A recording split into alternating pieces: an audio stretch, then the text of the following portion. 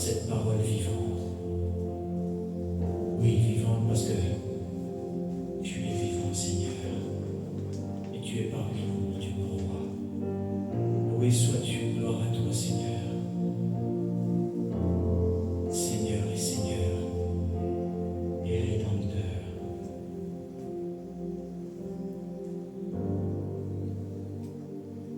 Amen. Soyez bénis.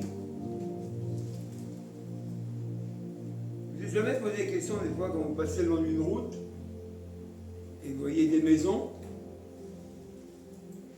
et qui, la maison, il y a eu un commencement, mais les gens ont abandonné la construction. Faute de moyens, peut-être. Je me rappelle quand on était aux Antilles avec Muguette il y a quelques années, c'est en Guadeloupe, vous voyez beaucoup de maisons fermées ou beaucoup de maisons abandonnées comme ça. On se pose la question, mais c'est à qui ces maisons-là? Ils ont abandonné, ils sont partis.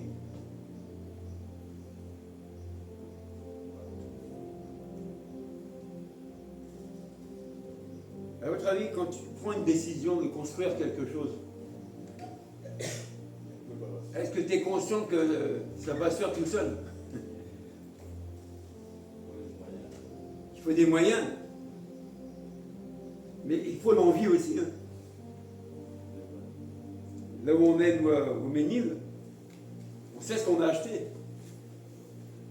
Quand on a visité la maison, on a vu le toit à moitié écroulé, on a vu le gros travail qu'il y a à faire pour cette maison-là si on veut vivre dedans. Mais on a le choix de la prendre ou de ne pas prendre. Hein. La vie chrétienne, c'est un choix. Accepter Jésus, c'est un choix. Tu es libre d'accepter ou de refuser. Hein. Au niveau des hommes, il n'y a pas de problème. C'est ton choix. Mais Dieu a parlé, il a dit que quiconque croit ne périra pas, mais il aura la vie éternelle. Tu as Jésus, bibliquement, tu as la vie. Tu n'as pas Jésus, tu n'as pas la vie, mais la colère de Dieu demeure sur toi.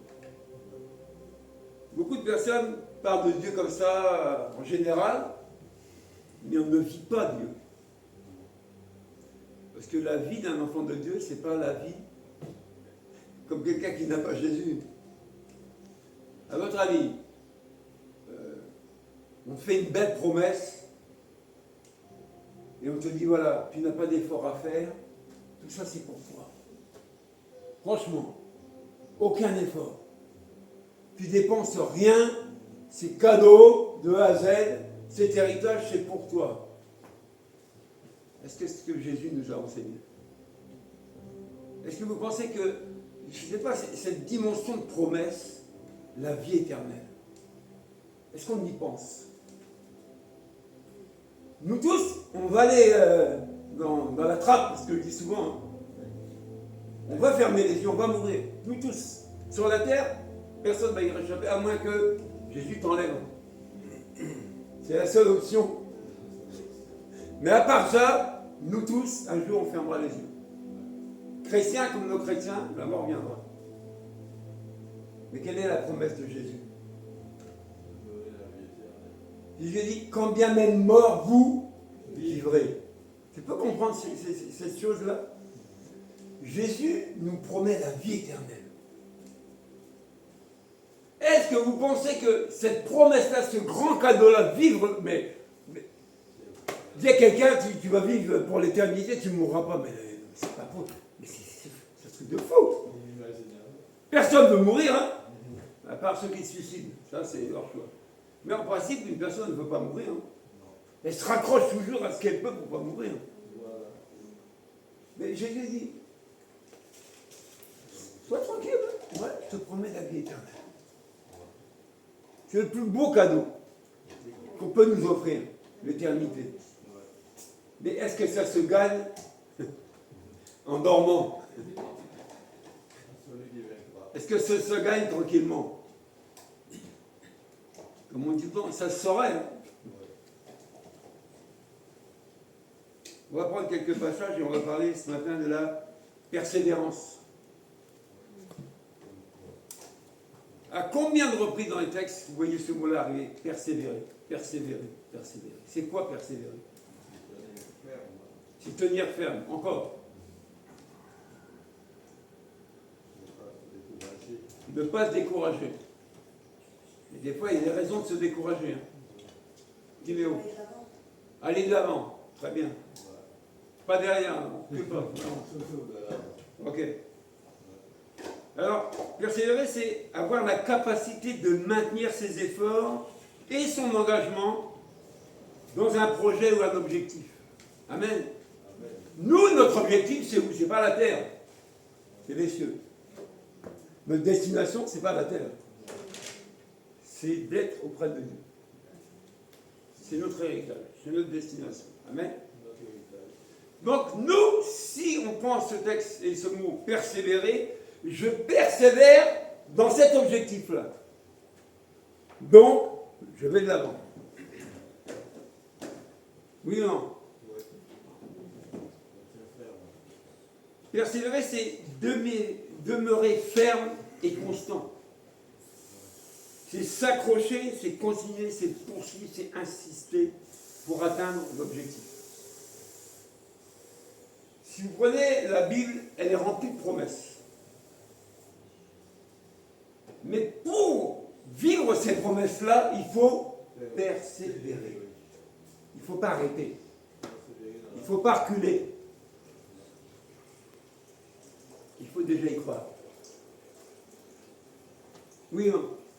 Je disais à mon frère Ismaël, regardez Jésus avant de partir auprès du Père. Il prend ses disciples et il enseigne ses disciples des choses qui vont arriver. Prenez des lectures dans Luc, tout est clairement détaillé. Jésus va auprès du Père et les disciples, qu'est-ce qu'ils vivent? Ce que Jésus leur avait dit. Dieu est l'auteur de l'histoire. Donc, on ne peut pas se mentir. Je veux dire que si tu as accepté Jésus et que tu vis des choses difficiles, mais c'est normal. C'est écrit. Tu dois passer par là. Pourquoi? Parce que la Bible t'enseigne que ne t'arrête pas même si c'est dur. Persévère. Parce que cette promesse d'éternité, non, mais c'est pas cadeau tapis rouge, allez, aucun effort. C'est vas-y, accepte Jésus, vas-y, roule. Mais avant que cette promesse s'accomplisse, tu vas vivre des choses difficiles, c'est écrit. Si tu prends les enseignements de Jésus vis-à-vis de ses disciples, c'est le même enseignement voilà, pour nous. Oui ou non? Donc, si ce que Jésus a dit à ses disciples, c'est valable aussi pour nous, eh bien, on va vivre ça. Peut-être différemment parce que l'époque a changé. On dit le monde a évolué, il faut que la Bible évolue. J'ai dit un frère, d'accord. Donc c'est là, on la brûle, on la jette, et puis on en prend une nouvelle, version 2026. Et on rajoute l'IA ou l'AI ou ChatGPT dedans. Donc on y est. Bah oui. Mais le problème, c'est que ces écrits-là, on dit on ne peut rien ajouter, rien enlever. Cette parole, on dit elle est scellée. On ne peut pas y toucher. Maintenant, nous, qu'est-ce qu'on doit en faire? Soit que j'accepte cette parole comme vérité, comme venant de Dieu, et elle me promet l'éternité, soit que je la refuse. L'apôtre Paul avait parlé à Timothée. Il lui avait dit, Timothée, tu verras que dans les derniers temps, ce qui va se passer. Les derniers temps, on en parle depuis que Jésus est monté auprès du Père. Donc c'est pas d'aujourd'hui qu'on parle des derniers temps. Mais il a promis de revenir. Donc avant son retour, il y a plein de choses qui doivent se manifester dans la vie. Il n'y a pas que le climat, il n'y a pas que les guerres, il y a nos vies aussi, nous. Hein? Quand tu vois qu'au sein d'une même famille, ça va être la guerre à cause de Jésus, comment tu peux comprendre ça? Moi, Jésus est venu foutre le bras dans mon ménage, pas pour ça. Mais pas Dieu. J'étais peinard tranquille, et maintenant j'accepte Jésus, c'est le brin chez moi. Mais il n'est pas Dieu. Bon, est-ce que Dieu s'est trompé? Non. Il n'était pas écrit qu'il va se passer des choses. C'est pas marqué. Mais si c'est marqué, on doit le lire, je suis désolé. Sur ça, c'est marqué pour faire plaisir. Hein? On lit la Bible pour faire plaisir aux gens. Mais les écrits, on les vit. Il faut vivre les écrits. Ça ne sert à rien. Ben, alors, on est des beaux parleurs, des beaux charmeurs. Hébreux 10, on va prendre la Bible. Vous allez voir que les textes, hein, ils sont là pour témoigner. Hébreux, chapitre 10, au verset 35 à 40.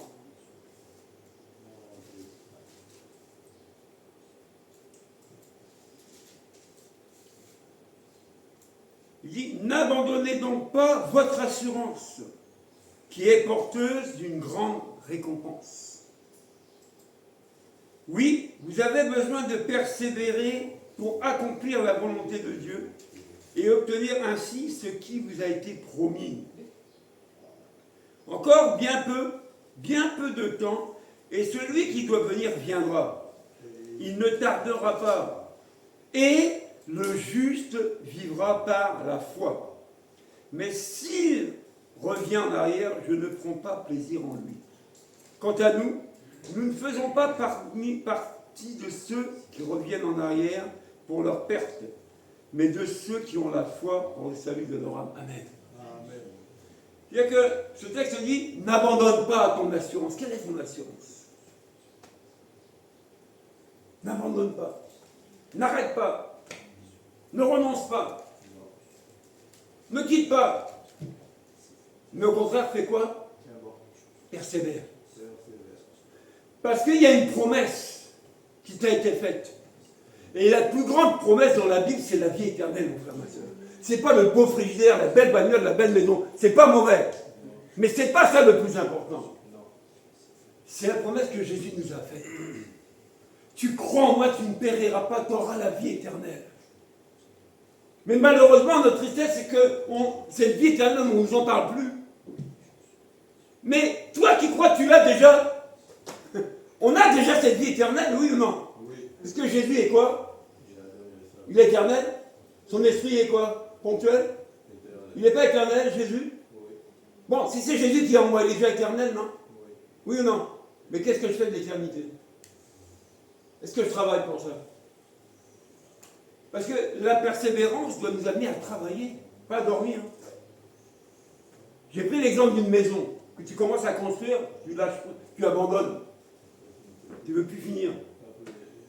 Mais la vie chrétienne, souvent, c'est ça. Tu as commencé ta vie avec Jésus, il te construit, et au bout d'un moment, tu arrêtes. Tu dis non, c'est bon. Ben, tu resteras inachevé. Tu resteras dans l'état que tu es. C'est ça le problème.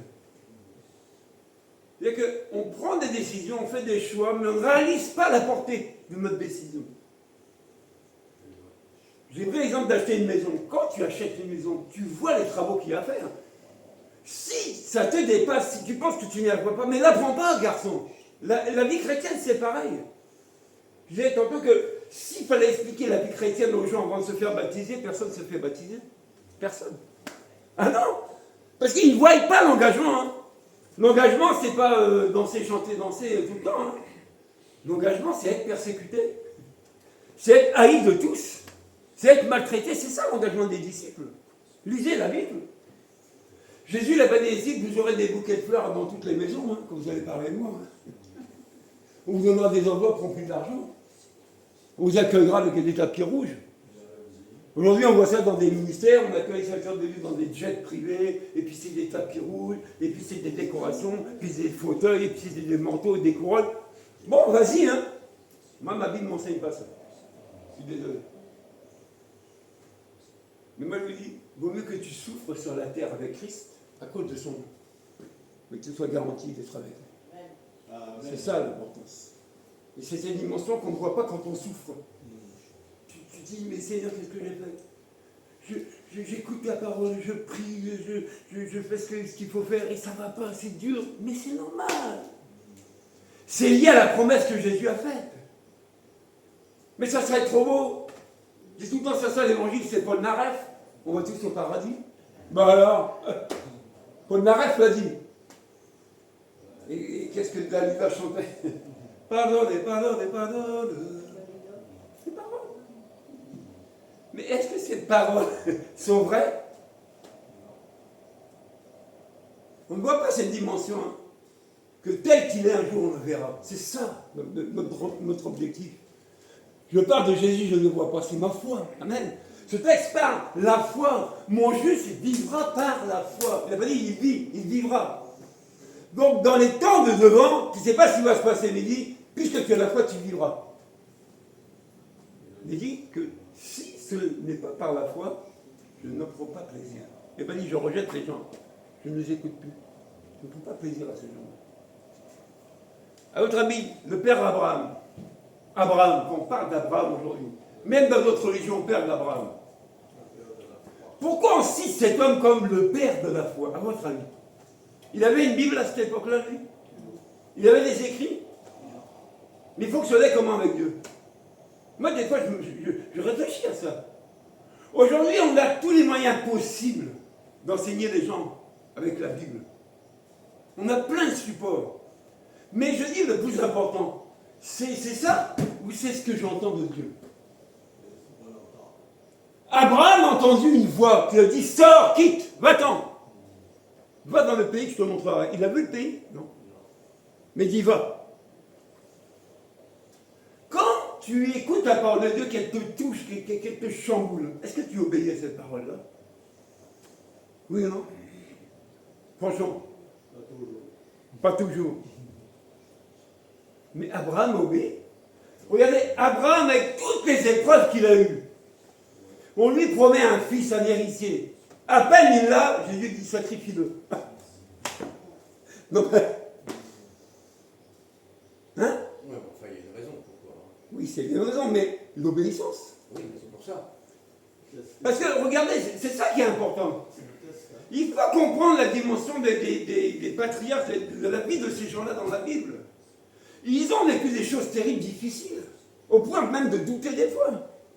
Mais est-ce que Dieu, ce Dieu qui leur a parlé, ne les a pas amenés à l'accomplissement? Dieu n'est pas un Dieu menteur. Hein? Là, c'est des imposteurs qui t'ont parlé, de la part de Dieu. Mais c'est déjà écrit. Il y aura des faux enseignants, c'est écrit. Des gens qui vont tisser des discours de Dieu, tu vas dire Amen. Mais c'est faux. Ça va te mener à ta perte, ce discours-là. Pour beaucoup, c'est la perte. Mais on n'y croit plus. Quand on dit vous serez accusés faussement à cause de mon nom, c'était seulement pour les disciples à cette époque-là. Ben, si c'est ça, la Bible, elle est plus valable aujourd'hui. Ah non? Si Bon. Je ne sais pas si vous comprenez ce que j'essaie de vous expliquer. Cette parole-là est valable tout le temps. Elle n'est pas limitée dans le temps.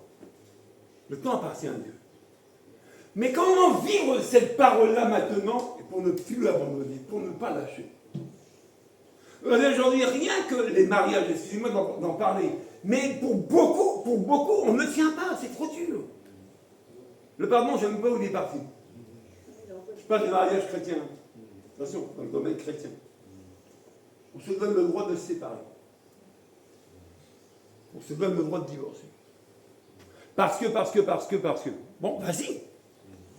Mais on n'a pas lu que la persévérance, c'était lié à respecter son engagement. Amen. Tu t'engages dans les eaux du baptême à suivre Jésus jusqu'au bout, parce que c'est pas le lendemain du baptême que tu arrêtes, hein. C'est jusqu'au bout. Tu respectes ton engagement. Quand ça commence à être dur, quand ça chauffe, tu dis bon, recule un peu. Tu sais que quand tu recules, le monde te rattrape. Les choses anciennes reviennent. Quand tu avances, tu te rapproches de Dieu. Ces choses-là sont bonnes. Maintenant, de quel côté on se trouve? Est-ce que je veux m'approcher de Jésus pour me sanctifier davantage? Ou est-ce que je recule pour me souiller davantage? Parce que le monde, c'est une poubelle. La souillure du monde. Il n'y a que Dieu qui est saint. Quand on dit le Saint-Esprit, on dit le Saint-Esprit.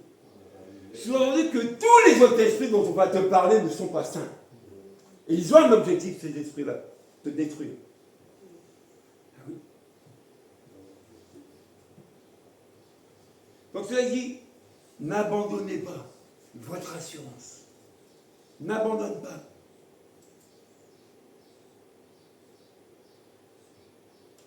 Elle est porteuse d'une grande récompense.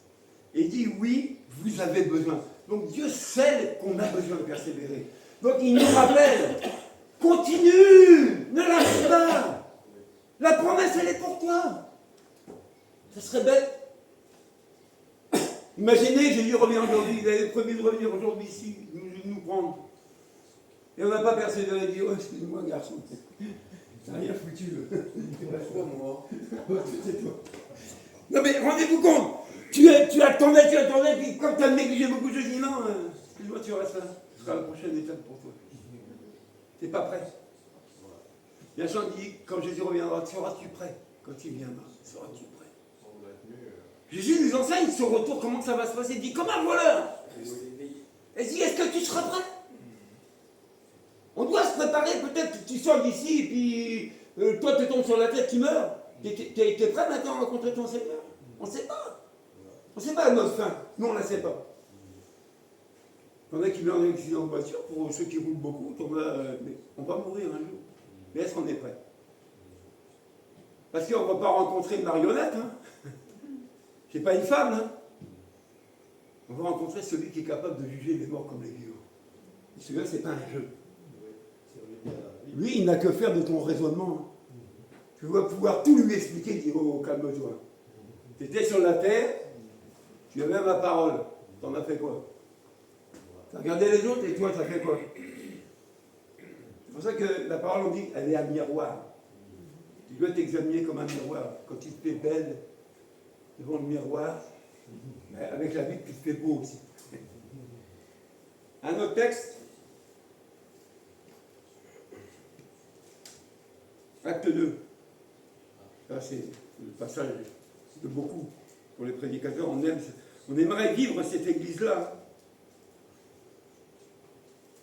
L'église des débuts. L'église primitive. Dans les actes des apôtres. Verset 41, acte 2. Ceux qui acceptèrent sa parole, donc des gens comme nous, furent donc baptisés comme nous. 41. Et ce jour-là, le nombre des disciples augmenta d'environ 3000. Qu'est-ce qu'ils faisaient? Ceux qui avaient cru, qui avaient été baptisés, qu'est-ce qu'ils faisaient? Ils restaient chez eux, ils faisaient la grasse matinée, ils faisaient la sieste, ils roupillaient, ils faisaient bronzer. Ils persévéraient dans l'enseignement des apôtres, dans la communion fraternelle, dans la fraction du pain et dans les prières. Ils persévéraient, ils continuaient. C'est-à-dire qu'ils avaient entendu un message qui les avait touchés au point de se donner à Dieu, au point d'aller se faire baptiser, de s'engager avec Jésus. Mais ça ne s'est pas arrêté là. Ils ont persévéré pour connaître Dieu davantage. Ils ont persévéré. Ils ne se sont pas arrêtés. Mais ils n'ont pas persévéré tout seuls, chacun dans son coin. Fraternellement, ensemble. Amen. Ils étaient ensemble. Est-ce qu'on veut encore être ensemble aujourd'hui ou chacun chez soi? Les lieux de prière, des lieux comme ça, c'est fait pour être ensemble. Colossiens 4, encore un texte. Et après, je vais vous encourager avec des exemples bibliques. Vous allez voir qu'il y en a qui ont persévéré, ils ont vu des choses merveilleuses.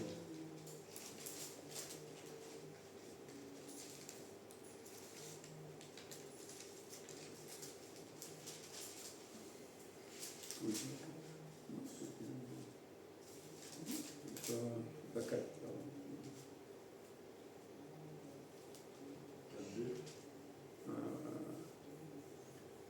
Vous me trompez de référence en écrivant.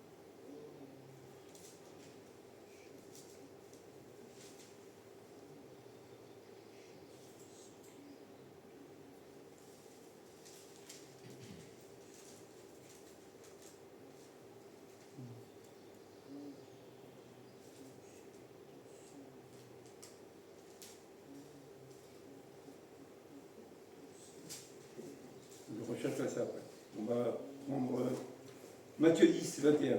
On reviendra dessus après.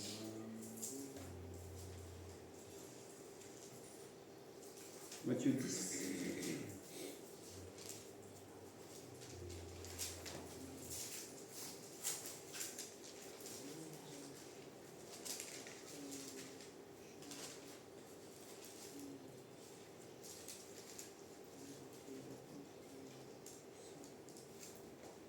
Regardez ce que Jésus enseigne à ses disciples. C'est comme si que les disciples de Jésus, aujourd'hui Jésus enseigne, il te parle.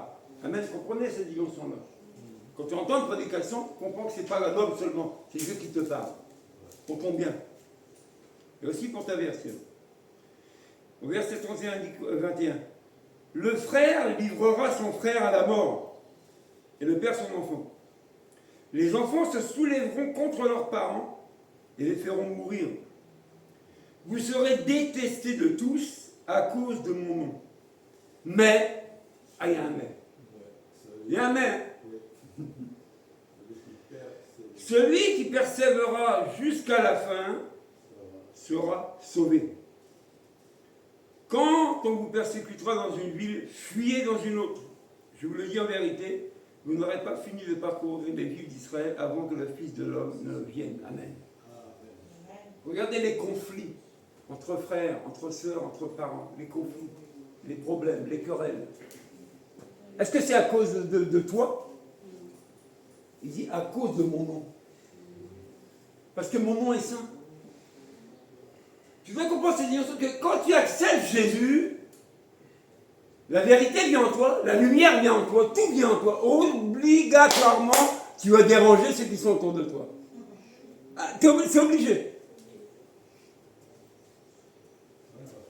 Dans Jean, on dit quoi? Jésus est la lumière du monde qui éclaire tout homme. C'est-à-dire que toi, tu étais comme eux, dans les ténèbres, dans le noir. Tu reçois Jésus, eux, ils sont dans le noir. Toi, tu deviens une lumière. Tu vas éclairer. Et là, ça va chahuter autour de toi. Les gens n'aiment pas la lumière. Ils aiment les choses cachées. Les choses dans les ténèbres. Les petits machins. Et toi, tu viens, et au bout d'un moment, tu vas éclairer tout ça. Mais ils vont te faire la guerre. Ouais, ma femme, hein, avant, c'était bien à la maison. Depuis qu'elle va à l'église, oh là là là, que des problèmes. Mais tu apportes la vérité chez toi. Ouais. Tu viens faire le ménage chez toi, il y a une bonne cochonnerie, et eux, ils ne veulent pas. Mais c'est normal qu'ils ne veulent pas.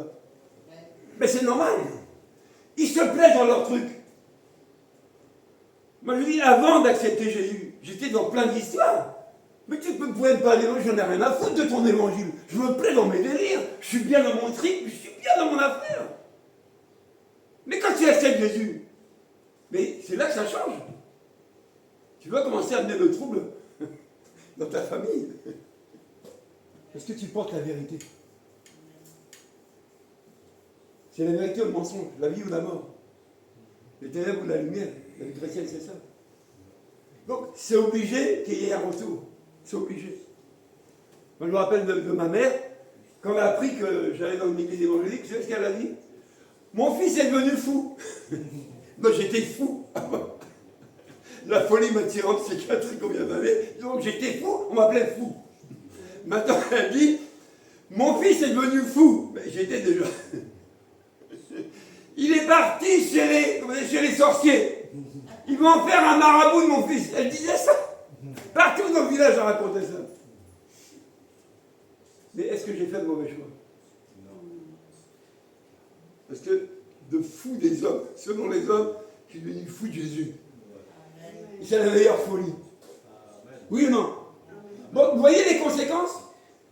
Tu acceptes Jésus, on te propose Jésus parce que tu es dans la panade. La science a essayé, les hommes ont essayé, les gendarmes, tout le monde a essayé de te sortir, personne n'y arrive. Et là, oh, miracle! Le gars accepte Jésus et sa vie change. Pas en mal, hein? En bien. Au lieu que les gens se réjouissent de ça, ils ne sont pas contents.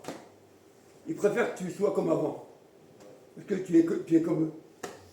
Avant, on picolait à la baraque, on faisait les chouilles, on racontait des conneries, on se battait. Ah, c'était bien! Et tu fais plus maintenant. T'es plus des autres? Tu renies ta famille maintenant? Pourquoi tu fais plus comme nous? Et je peux plus. J'ai accepté Jésus. Amen. Vous voyez, si on ne vit pas ça, je vous dis, c'est qu'on a un problème. C'est pas Jésus qu'on a accepté. Dès que tu acceptes Jésus, il y a une différence avec les gens du monde. Obligatoirement. Maintenant, pour que tu traverses ça et que tu n'arrêtes pas ton chemin avec Christ, il te faut persévérer. Il ne faut pas abandonner. Jésus n'enseigne pas qu'il y a un chemin étroit et resserré et un large espacieux. Il enseigne, hein. Il dit le large, là, c'est lui qui amène à la perdition. Beaucoup l'empreinte. Il dit beaucoup, hein. Beaucoup. Écoutez bien, beaucoup. Tu sais, le truc facile, tranquille, peinard. Hein? Même pas mal, même pas peur. Mais le resserré là, où il est étroit, où tu ne passes pas avec tes bagages du monde là, il dit très peu. Et moi, ce passage-là m'a toujours interpellé. Il dit très peu. Pas la masse, pas la foule. Très peu emprunte ce passage-là. Mais Dieu n'est pas fou. Quand il te choisit, il t'amènera et te formera, il t'accompagnera, il te fortifiera pour que tu passes par ce chemin.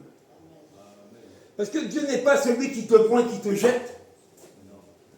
Il t'appelle, il dit bon, je vais aller appeler Stéphane, je vais toucher le cœur de cet homme-là, il va venir vers moi, il va me servir.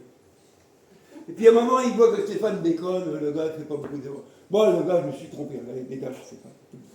Allez, je prends un autre. Est-ce que Jésus est comme ça? Non. Il est comme ça? Non. Lisez l'histoire d'Abraham, il n'a pas tout fait bien, Abraham. Hein? Non. Il n'a pas tout fait bien. Hein? David n'a pas tout fait bien. Non. Pierre n'a pas tout fait bien. Mais Dieu connaissait déjà ces gens. Il savait très bien qu'un jour ils tomberaient. Il le savait. Mais dit, je ne les laisse pas. Je ne les rejette pas. J'ai un plan pour eux. Dieu connaît nos faiblesses, je vous dis. Il sait qui on est. Mais l'enseignement de Dieu, c'est persévère. N'arrête pas. N'abandonne pas. Pourquoi? Parce qu'il y a une grande récompense, on l'a lu. C'est la vie éternelle. C'est cette dimension-là qu'on ne réalise même plus, on n'y réfléchit même plus, que j'aurai l'éternité pour moi. Rends-toi compte, là, avec Jésus, il n'y aura plus ni mari ni femme, donc il n'y aura plus de dispute. Ah, non, maman. Il n'y aura plus de maladie, il n'y aura plus de pleurs, il n'y aura plus de larmes, il n'y aura plus rien. On dit que ce sera la félicité. Ce sera l'Éden, le lieu de délice. Est-ce que toi et moi, on y pense à cet endroit-là qui est réservé pour nous? Est-ce qu'on pense à cette vie-là avec Christ? Est-ce qu'on y pense? Ou on pense à nos godasses encore? À nos petits bobos, là? Persévère. Eh oui. Luc 21.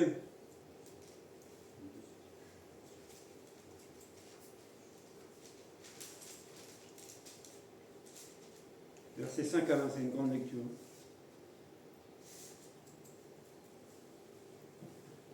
Comme quelques-uns parlaient du temple, qui était orné de belles pierres et d'objets apportés en offrande, Jésus dit, les jours viendront où il ne restera pas pierre sur pierre, et de ce que vous voyez, tout sera détruit. Ils lui demandèrent, mais maître, quand donc cela arrivera-t-il? Et quels signes reconnaîtront que ces événements vont se produire? Des signes. Les disciples demandent des signes à Jésus. Jésus répondit, faites bien attention à ne pas vous laisser égarer. En effet, beaucoup viendront sous mon nom en disant, c'est moi, et le moment est arrivé, ne les suivez donc pas. Quand vous entendrez parler de guerre ou de soulèvement, ne vous laissez pas effrayer, car il faut que ces choses arrivent d'abord. Cependant, ce ne sera pas encore la fin. C'est pas fini, c'est rien ça. Puis il leur dit, une nation se dressera contre une nation, un royaume contre un royaume. Il y aura de grands tremblements de terre en divers endroits, ainsi que des pestes, des familles, quand on voit les virus apparaître, c'est déjà écrit. Je suis désolé. Il y aura des phénomènes terrifiants et de grands signes dans le ciel. Mais avant tout cela, on mettra la main sur vous. On vous persécutera, on vous livrera aux synagogues, on vous jettera en prison, on vous traînera devant des rois et devant des gouverneurs à cause de mon nom. Cela vous donnera une occasion de témoignage. Mettez-vous donc dans l'esprit de ne pas préparer votre défense. Car je vous donnerai des paroles et une sagesse telle qu'aucun de vos adversaires ne pourra s'y opposer, ni les contredire. Vous serez trahis, même par vos parents, par vos frères, par vos proches et par vos amis, et l'on fera mourir plusieurs d'entre vous. Vous serez détestés de tous à cause de mon nom. Mais, pas un seul cheveu de votre tête ne sera perdu. Par votre persévérance, vous sauverez votre âme. Amen. Quand tu regardes tout ce qui va se passer, et il dit ça ne sera pas encore la fin, eh bien courage pour nous. On ne sait pas ce qui va se passer demain. Il paraît que ça sent très mauvais ce qui va arriver. Et beaucoup le disent. Mais la Bible en parle. Il faut que ce que Jésus a enseigné, ça se passe, ça se manifeste. C'était pas que pour l'époque des disciples. Si vous creusez un peu dans l'histoire, on appelle ça l'exégèse de la Bible, vous allez voir que oui, le temple, oui, c'est vrai qu'il a été détruit. Oui, il y a eu des guerres à cette époque-là. Il y a eu tout ça. Bon, maintenant c'est fini. C'est fini. Mais Jésus parle à qui? À des disciples. Et qui est disciple de Christ aujourd'hui? Non. Donc, ce que Jésus enseignait, c'est valable pour toi comme pour moi. C'est pour ça que des fois, on t'accuse faussement. On te trie, on te salit, on te maltraite, on te met tout sur le dos. Comment tu réagis? Avec pour avec dent pour non? Nous, on a une force, une puissance pire que la bombe atomique.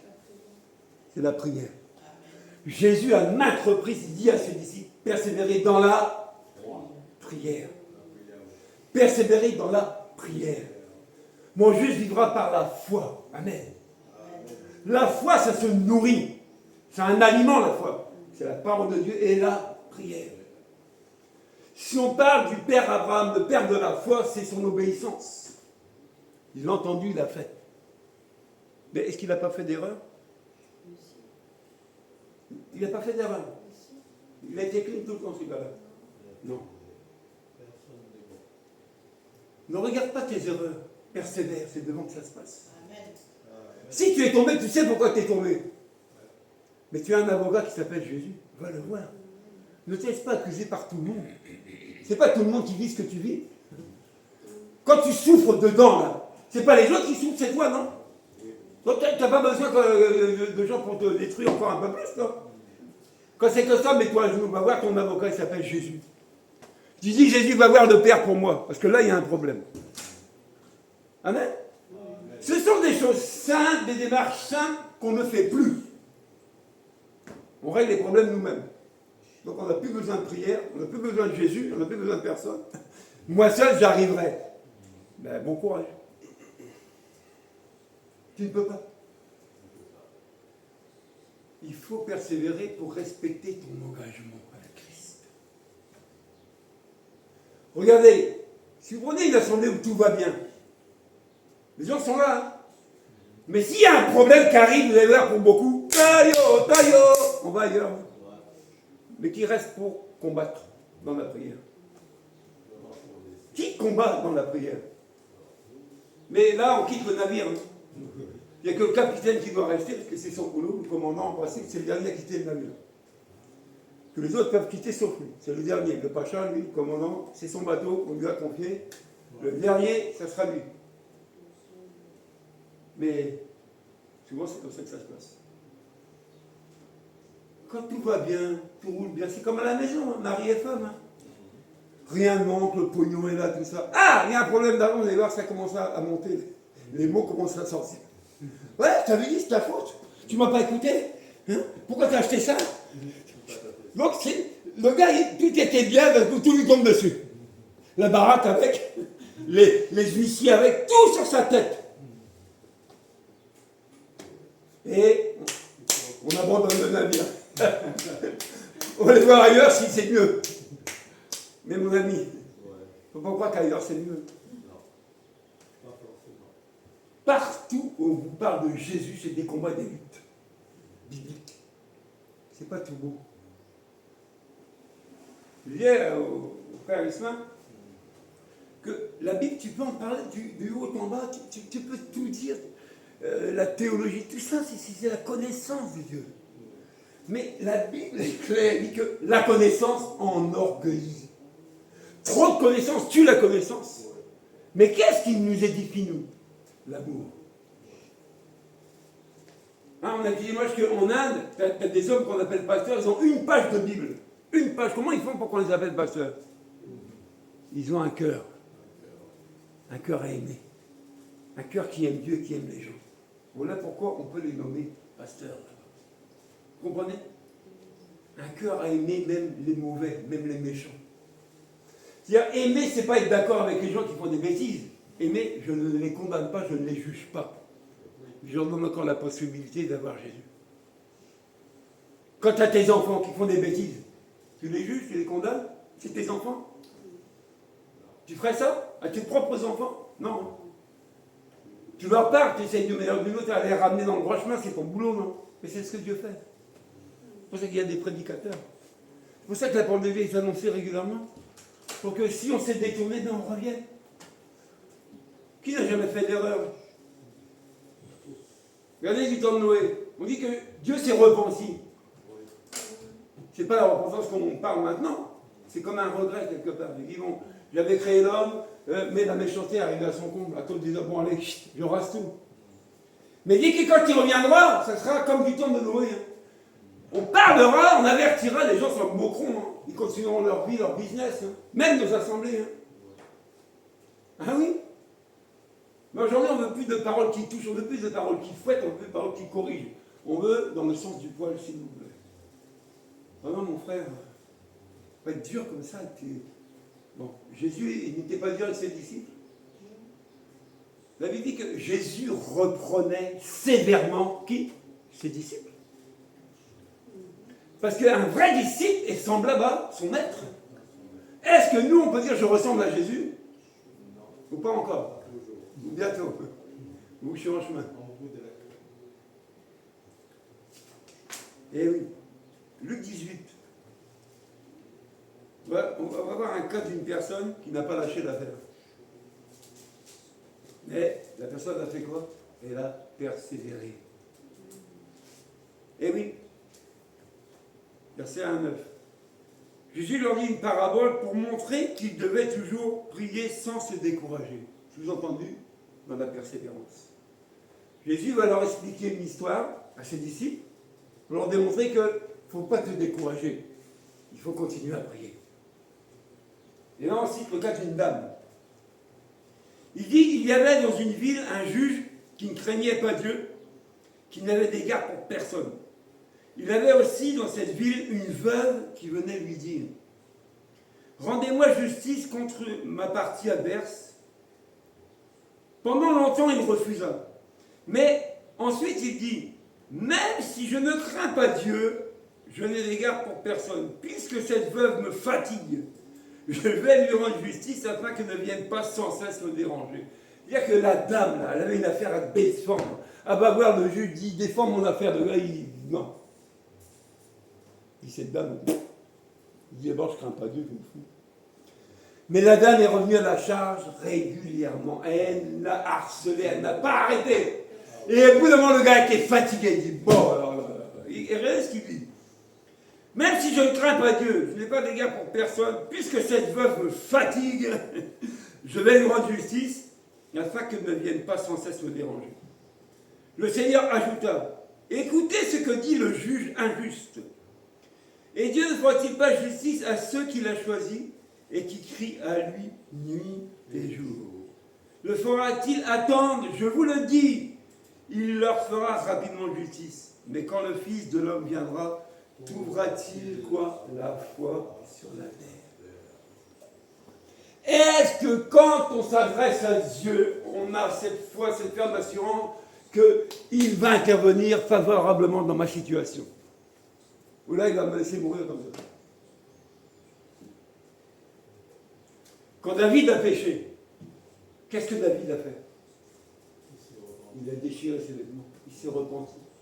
Oui, non? Oui. Quand tu as fait une erreur, tu sais que tu es devant Dieu. Repens-toi. Humilie-toi. Oui ou non? Mais est-ce qu'on le fait encore? Où est la crainte? Cette femme a continué à aller voir le juge pour recommander son affaire. Elle a persévéré. Et ce juge, dur comme il était, lui a fait justice. Je dis souvent aux gens, quand tu parles aux gens qui ne veulent rien écouter, tu as encore une solution. Prie pour eux. Parce que tu vas leur parler du matin au soir, ils s'en foutent. C'est comme si je parle au mur qui est blanc. Je dis, toi, il faut que tu sois rouge ce soir. Rouge. Le mur ne bouge pas. Il y en a, ils sont comme le mur. T'as beau leur dire du matin au soir, ils ne bougent pas. Donc, tu vas te... Mais ce que je vous dis souvent ici, ne lâchez jamais la prière pour vos enfants, pour votre foyer. Lâche jamais ça. Ça, c'est comme si tu ouvres la porte grand au diable. Dis, vas-y, la place est libre. Détruis.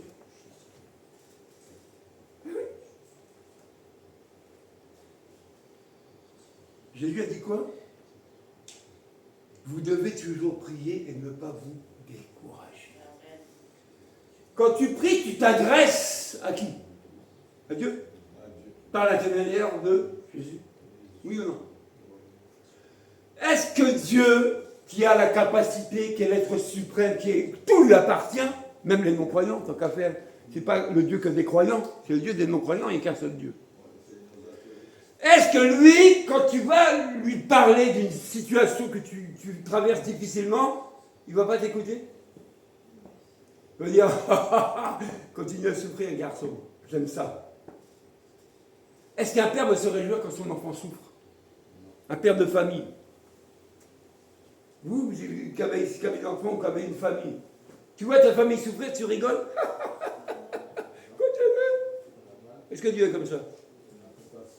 Il dit, Dieu leur fera justice. C'est ce qu'il a dit ce texte. Il va faire justice à cette dame. Il fallait que cet homme plaide sa cause. Un autre passage, Luc 2.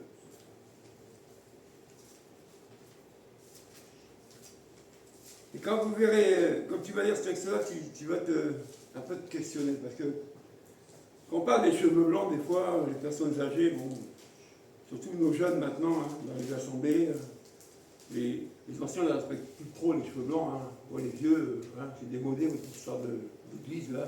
Nous, on est jeunes, les concerts, c'est... Hein, c'est ça la jeunesse, hein. Mais un jeune n'a pas d'expérience de vie. Prenez des jeunes mariés. Ils sont jeunes. Ils viennent de se marier. Nous qui sommes des vieux mariés, on sait ce que c'est que le mariage. On sait ce que c'est que vivre avec quelqu'un. Eux, ils ne savent pas. Hein. Mais ils pensent qu'ils savent mieux que toi. Oh, papa, c'est bon, je suis grand quand même. T'es grand. Mais je ne sais pas ce qu'il y a de bon, garçon. Si tu savais. Amen. Il y a deux, moi je dis dans la vie, il y a deux choses les plus belles, c'est que pour moi, c'est connaître Jésus, et puis c'est le mariage. Pour moi, c'est les deux plus belles choses. Parce que quand tu vis tout seul, tu es tout seul, donc tu es d'accord avec toi, tu es tout seul. Mais quand tu vis avec quelqu'un, là on est deux. Donc il n'y a plus que moi. On est deux. Et c'est là que c'est difficile. Luc 2, 25 à 30. Ça va? Ça va pas. Alors il y avait à Jérusalem un homme appelé Siméon. Cet homme était juste et pieux. Il attendait la consolation d'Israël et l'Esprit Saint était sur lui. Le Saint-Esprit lui avait révélé qu'il ne mourrait pas avant d'avoir vu le Messie du Seigneur. Il vint au temple poussé par l'Esprit. Et quand les parents amenèrent le petit enfant Jésus pour accomplir à son sujet ce que prescrivait la loi, il le prit dans ses bras, bénit Dieu et dit, « Maintenant, Seigneur, tu laisses ton serviteur s'en aller en paix, conformément à ta promesse, car mes yeux ont vu ton salut. Salut que tu as préparé devant tous les peuples, et lumière pour éclairer une nation, et gloire d'Israël ton peuple. » Joseph, et la mère de Jésus, étaient émerveillés de ce qu'on disait de lui. Siméon les bénit et dit à Marie, sa mère, « Cet enfant est destiné à amener la chute, écoutez bien, la chute, et le relèvement de beaucoup en Israël, et à devenir un signe qui provoquera la contradiction.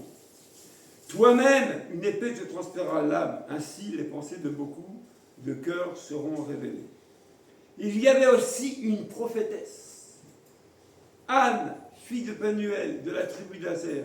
Elle était d'un âge très avancé. Ce n'est pas une jeune fille.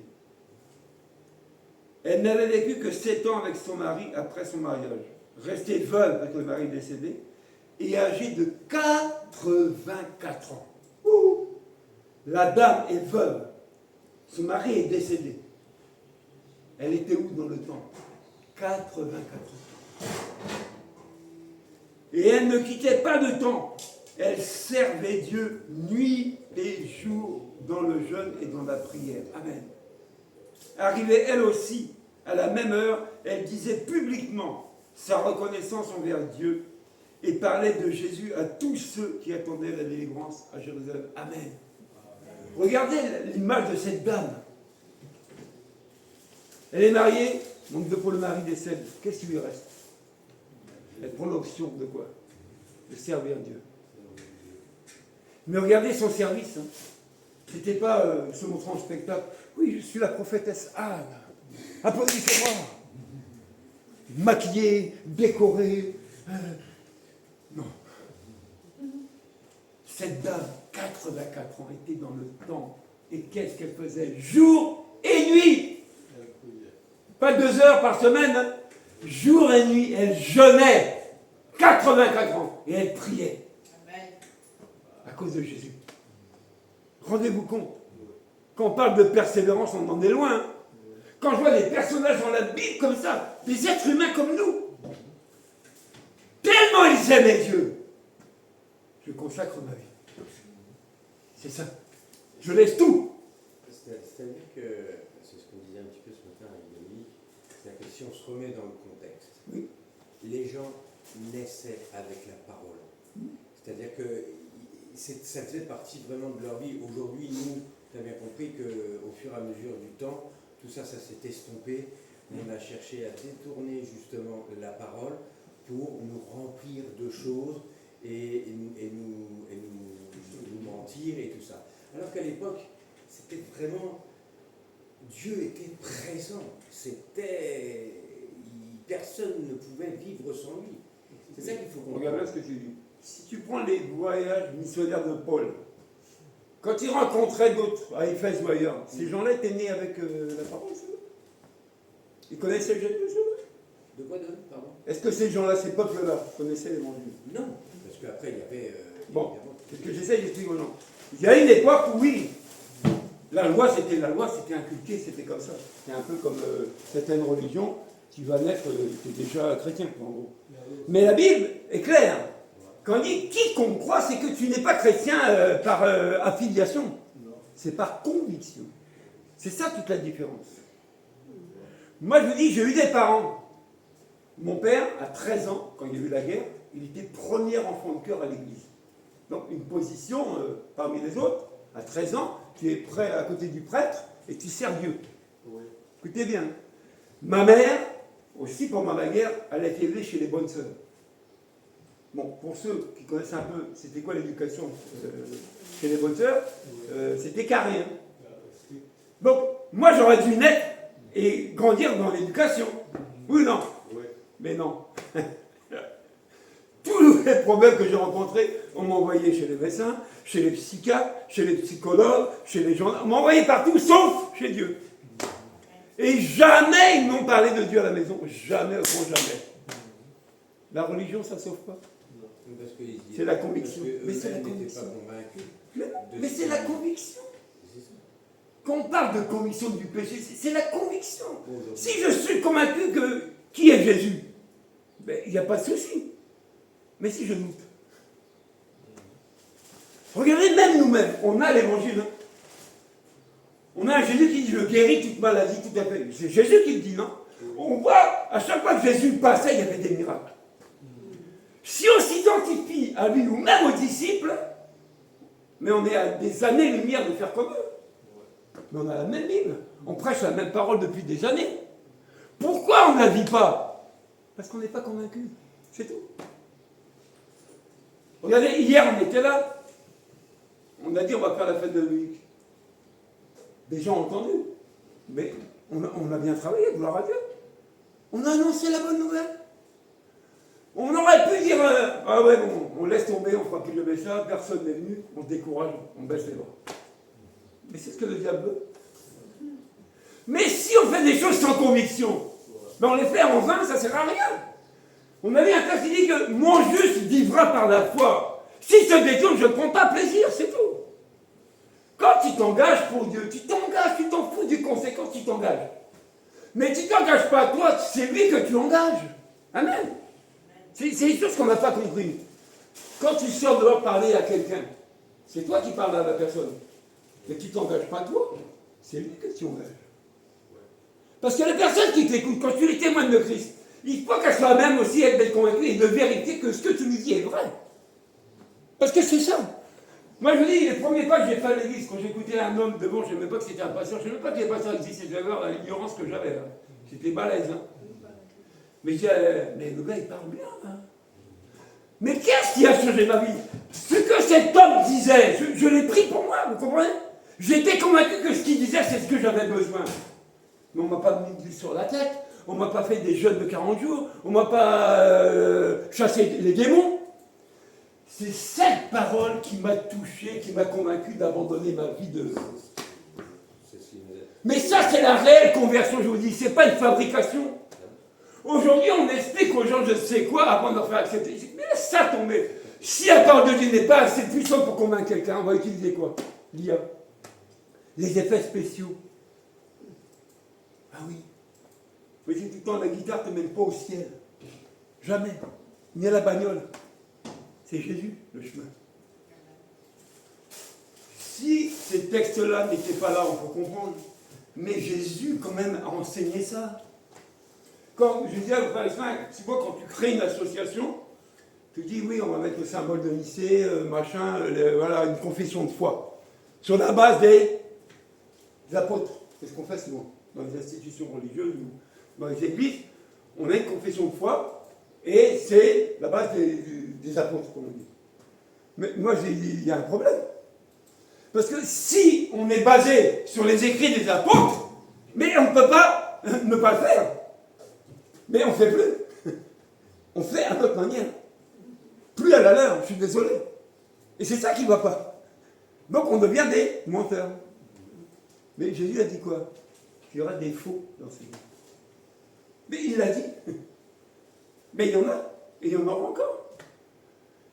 Vous savez, le diable, il est malin, il est rusé. On l'appelle le malin, le rusé, l'imposteur, tout ce que tu veux. Lui, il n'est pas bête. Il sait très bien que le nom de Jésus attire des gens. Parce que les gens souffrent, les gens ont besoin d'être guéris, d'être délivrés. Il le sait. Bon, qu'est-ce qu'il fait? Ben, il dit, je vais prendre ce nom-là pour perdre les gens. Puisque ça attire. J'ai besoin de forcer. Puisque les gens sont déjà les gens attirés. Moi, je vais les détourner de la vérité. Par quoi? Par des raisonnements, par des fausses doctrines. Doctrine veut dire vérité, par des fausses vérités. Regardez, aujourd'hui, on va t'enseigner toutes les règles qui parlent du mariage où tu peux divorcer. Et c'est le pasteur qui enseigne ça. Au lieu d'enseigner les gens à rester dans les liens du mariage, excusez-moi, on ne le fait pas. Maintenant, qu'est-ce qu'on va encore enseigner? Pour détourner les gens de la vérité. Moi, je vous dis, des fois, ça me sort de la tête quand j'entends des choses, je vois des choses, c'est pas possible. Regardez, ceux qui se montent, qui se livrent en spectacle, mais je dis, j'aurais honte, moi. Mais j'aurais honte qu'on me mette en spectacle comme ces gens-là. Ils sont dans les Cadillacs, dans des Rolls, dans des châteaux, et ils sont prédicateurs. Mais je dis, oh là là! Jésus dit, j'ai même pas un endroit pour mettre ma tête, garçon. Il dit, de riche que j'étais, je me suis fait pauvre pour vous. Et toi, t'es pauvre, tu veux te faire riche avec l'évangile, mais t'as pas un problème? C'est quel évangile, ça? Excusez-moi, c'est quel évangile? Moi, je comprends plus l'évangile. On était à la pastorale, là, j'ai posé une question à ce secrétaire, j'ai dit, excusez-moi, je comprends pas. Quel est l'engagement des serviteurs de Dieu? C'est ma famille, mes vacances, mes petits plannings, mes machins. Ah, c'est ça. C'est ça, être consacré. C'est ça, être livré comme esclave pour Christ. C'est ça. Bon, si c'est ça, il y a de la place, hein. Mais malheureusement, on vit ça. Maintenant, libre à nous. Hein. On adhère ou on n'adhère pas.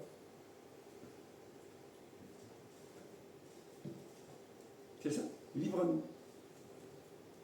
Mais revenons à notre texte de base, Hébreux 10, et on va conclure là. Parce que je me dis, la réalité des choses, elle est là. Comment tu peux considérer que quelqu'un a une grâce, quelque chose que Dieu a besoin pour le service? Hein? Et parce que le gars, il ne te plaît pas trop, tu dis, chut, je n'en veux pas. Tu peux faire ça. Entre le pasteur et Dieu, qui aura raison? Mais c'est Dieu. Et souvent, on tient les gens comme en captivité. Et je ne sais pas si c'est par jalousie, par orgueil, je ne sais pas pourquoi, on ne veut plus faire fructifier les talents des gens. Ils se mettent sur le terrain. Ici, il y a beaucoup qui sont passés. Je n'ai pas attendu 4 ans qu'ils soient là. Ah si. J'ai senti le talent, la grâce, il va travailler, bosse. Après, ils en font ce qu'ils veulent, les gens. S'ils abusent de ça, ils abusent. S'ils ne sont pas respectueux, ils sont respectueux. Mais tu ne peux pas savoir que tu as besoin d'un talent quelque part et tu ne t'en sers pas. Donc tu galères toi seul. Non mais Zati, je le précise. Ça fait partie comme les 3 ouvriers. Voilà. Tu en donnes 5, Ouais. tu en as 3, tu en as 1. À toi de le faire fructifier. Mais on a tous reçu quelque chose, tous. Ah bon, Il faut le manifester. Moi, des fois, je suis triste, je suis là, c'est moi qui décide encore qu'est-ce que l'Église va faire, mais j'attends que les gens viennent vers moi, qui disent, Régis, on ne peut pas faire ça ici. Et puis, si Dieu valide, il dit, on le fait. Mais non, on n'a plus d'initiative. On attend. On attend. On attend quoi? Le retour de Jésus? Ben, il va revenir. Mais en attendant, tu termines. C'est ça le problème. De la critique, si tu entends plus de critiques maintenant que des encouragements. Je dis que c'est pas mauvais la critique en soi s'il ne faut pas obliger de tirer. Mais celui qui critique, qu'est-ce qu'il fait? C'est comme la foi et les œuvres, le texte. Un dit j'ai la foi, l'autre dit j'ai les œuvres. L'autre dit montre-moi. Montre-moi tes œuvres. Parce qu'avoir la foi c'est bien, mais elle est suivie d'actes, elle est suivie d'action ta foi. Elle n'est pas stérile. C'est ça le problème. Beaucoup disent oui, on va prier. Oui, la prière est essentielle. Mais la prière est suivie d'action, excusez-moi. Eh oui. De toute façon, on prie un Dieu qui n'a rien entendu. Qui ne peut pas rien faire. Et qu'il n'y a rien qui se passe. Si vous prenez l'exemple de Jésus, il montait à la montagne, hein, c'est écrit. Très tôt. Mais quand il redescendait, qu'est-ce qu'il faisait? C'est que Dieu lui avait dit. Donc il allait prier, il recevait et il manifestait. Moi, il y a des frères que je connais dans la foi, quand je leur propose des projets pour l'évangile, j'ai toujours la même réponse. On va prier. Je dis ok. Et je dis jusqu'à quand? Donc on ne bouge pas. On va prier. On va prier. Alors que normalement c'est action et action. Pas action de magasin. Dieu nous veut dans l'action. Pourquoi? Parce qu'il dit, il rendra à chacun selon ses œuvres. Œuvre veut dire travail. Pose-toi la question. Et on doit comprendre cette dimension-là. Quand je vais rencontrer Jésus, il faut que tu réalises que tu vas le voir un jour, tu vas le rencontrer. Donc, il serait préférable que tu travailles plutôt que de ne rien faire. Ça serait mieux pour toi. Vous savez, on peut parler des heures et des heures sur les églises, sur les pasteurs, sur l'évangile, sur les religions. On peut parler. Mais si on ne travaille pas, on est pire que lui. C'est ça notre problème. Hébreux, le texte qu'on a pris au début. Et puis on va prier dessus. Pourquoi? Parce qu'il y a une très grande récompense qui nous attend. S'il fallait que Dieu nous ouvre les yeux et qu'on voie ce qui nous attend, je vous dis, on lâcherait tout. Ah, on lâcherait tout. Comme le passage où le serviteur est là, et il y a son serviteur qui est à côté, puis c'est environné d'une armée. Et le serviteur dit à Dieu, Dieu, ouvre-lui les yeux et montre-lui qu'on n'est pas tout seul. Dieu a ouvert les yeux de la personne. Il y avait des chars, une armée céleste qui était là. Il n'était pas conscient, il ne voyait pas. Vous voyez? La foi. Tu ne vois pas les choses, mais elles sont là. C'est-à-dire que Les gens diront oui, tu es un ange gardien. Quand j'ai dit je suis avec vous tout le temps, mais ils ne m'ont pas. Tu es accompagné, tu n'es pas seul. Tu ne vois pas, mais bibliquement, tu n'es pas tout seul. Il y a des anges au service de Dieu qui sont délégués. Quand j'ai dit je combattrai pour vous, tu ne vois pas le combat de Dieu. Mais il combat. Des fois, tu dors bien, point fermé. Il y a la sorcellerie, tout le monde veut te tuer là. Jésus dit stop. Ça, c'est à moi. Ne touche pas. On n'a pas dit ça tout à l'heure. Les cheveux de ta tête, on n'y touchera pas. Ils appartiennent à Dieu. Mais on ne vit plus cette image, cette capacité de Dieu. Qui est Dieu pour moi? Donc on se permet beaucoup de choses. Eh oui. Hébreux 10. On y est? On reprend le texte, il dit n'abandonnez donc pas votre assurance, qui est porteuse d'une grande récompense, au verset 35. Oui, vous avez besoin, vous voyez, on a besoin, j'ai besoin. Je lui ai toujours dit, moi aussi j'ai besoin. Pas parce que je crois que je n'ai pas besoin, je serai un menteur. On a besoin de persévérance. On en a besoin. Dans quoi? Dans la prière, dans le jeûne, dans la recherche de Dieu. On en a besoin. Soyez sincères. Si tu ne peux pas venir en semaine, ça arrive, on ne peut pas. Tu viens le dimanche au culte. C'est bien. Mais si on est vrai envers nous-mêmes, qu'est-ce qu'on fait toute la semaine? On voit des choses, on entend des choses, c'est contre Dieu. Hein. C'est pas selon Dieu. Des choses qui ne nous plaisent pas. On voit des choses qui sont tristes. Oui ou non? Oui ou non? Mais si on reste dans ce contexte-là, on est déconnecté. On n'est plus avec Dieu. Hein. Parce que ces choses-là, quand on va y voir, elles ont une influence mauvaise sur nous. C'est pour ça que Jésus, avant de partir, il a enseigné ses disciples, il les a bien préparés. Amen. Jésus doit revenir, on doit préparer l'Église. On ne peut pas laisser les frères ou les sœurs partir à je ne sais combien de... Non, on doit ramener les gens dans la vérité. Mais quand tu veux être vrai, c'est un prix, tu n'auras pas d'amis. On l'a vu. Tu seras livré par quelqu'un d'autre, par ton frère. C'est écrit. Donc quand tu sais qu'un frère t'a dénigré alors qu'il est dans le ministère, mais c'est biblique. Mais au lieu de pleurer, réjouis-toi. Puisque c'est écrit, donc Jésus ne s'est pas trompé. Je le vis, gloire à Dieu. Je ne suis pas triste. Il y a un passage qui me fait toujours du bien. Heureux serez-vous quand vous serez persécutés, quand on parlera faussement de vous. Heureux. Il dit, c'est alors que vous serez appelés qui? Fils. Plus enfant, fils de Dieu. Il dit, heureux serez-vous. Quand c'est pour Jésus qu'on te tire dedans, qu'on te maltraite, ne sois pas triste. Réjouis-toi. La vie, c'est une gloire. On ne va pas tous passer par les mêmes souffrances, par les mêmes épreuves, mais on y passera. Quand tu es dedans, réjouis-toi. C'est à cause du nom de Jésus que tu es comme ça. C'est à cause du nom de Jésus que tu pleures. C'est à cause du nom de Jésus que tu souffres. Parce que Jésus l'avait dit, il faut passer par là. Mais dit, elle n'arrête pas. Persévère. C'est Dieu qui aura raison. Je voudrais qu'on s'encourage ce matin. Ne regarde pas tes erreurs, ne regarde pas tes chutes. Regarde à Jésus. C'est Jésus qui nous tend encore la main ce matin.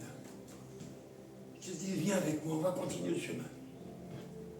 J'ai vu tes pleurs, j'ai vu tes craintes. J'ai vu tes faiblesses. J'ai vu tout ça, du haut des cieux. Mais moi, Jésus, je me suis engagé. Je ne t'abandonnerai pas. Je ne te délaisserai pas. Je serai toujours avec toi. C'est cette image-là qu'on doit comprendre, frère, ma soeur, d'un père avec son enfant. Tu ne l'abandonnes pas. Non, c'est ton enfant. Le vrai amour, c'est ça. J'ai un cri en toi ce matin. Comme beaucoup de disciples ont déjà fait avant nous. Par ces temps difficiles. Parce qu'on entend. Parce que l'on voit qu'il nous attriste. Mais que faire? Abandonner? Renoncer? Alors que je dis que notre assurance est liée à une grande assurance. Je dis, n'abandonnez pas. Mais persévérez. Et tu dis pourquoi? Il dit, vous sauverez votre âme. Seigneur, nous bénissons ton nom. Nous proclamons que tu es vérité, Jésus. Seigneur, fais de nous vraiment des disciples, accomplis, semblables au Maître. Qu'on ne regarde pas notre faiblesse à notre âge. Cette femme Anne, 84 ans. Elle était nuit et jour dans le temple, dans le jeûne, dans la prière. Et elle parlait de toi. Quelle belle image de persévérance. Seigneur, nous voulons vivre ces moments-là avec toi. Prie, mon frère, ma soeur, selon tes difficultés, selon tes attentes. Peut-être qu'on s'est moqué de toi, on ne t'a pas calculé, comme on dit, on s'est moqué de toi. Peut-être que tu as ouvert la bouche, c'est Dieu qui l'a fait pour avertir les gens. Les gens ont rigolé. Laisse-les rire. Si Dieu t'a dit ouvre la bouche, tu as bien fait. Laisse-les rire. Ils se moqueront toujours de la vérité, vous savez, toujours. Les gens diront, ah oui, t'es Dieu pour savoir ça. Je dis, je ne suis pas Dieu, mais je suis l'enfant de Dieu. Et mon Père me parle. Et je te parle de la part de mon Père. Réjouissons-nous de ce que nous sommes devenus enfants de Dieu. C'est la plus belle des choses qui pouvaient nous arriver. Accepter Jésus. C'est lié à une grande récompense, à une promesse. La vie éternelle.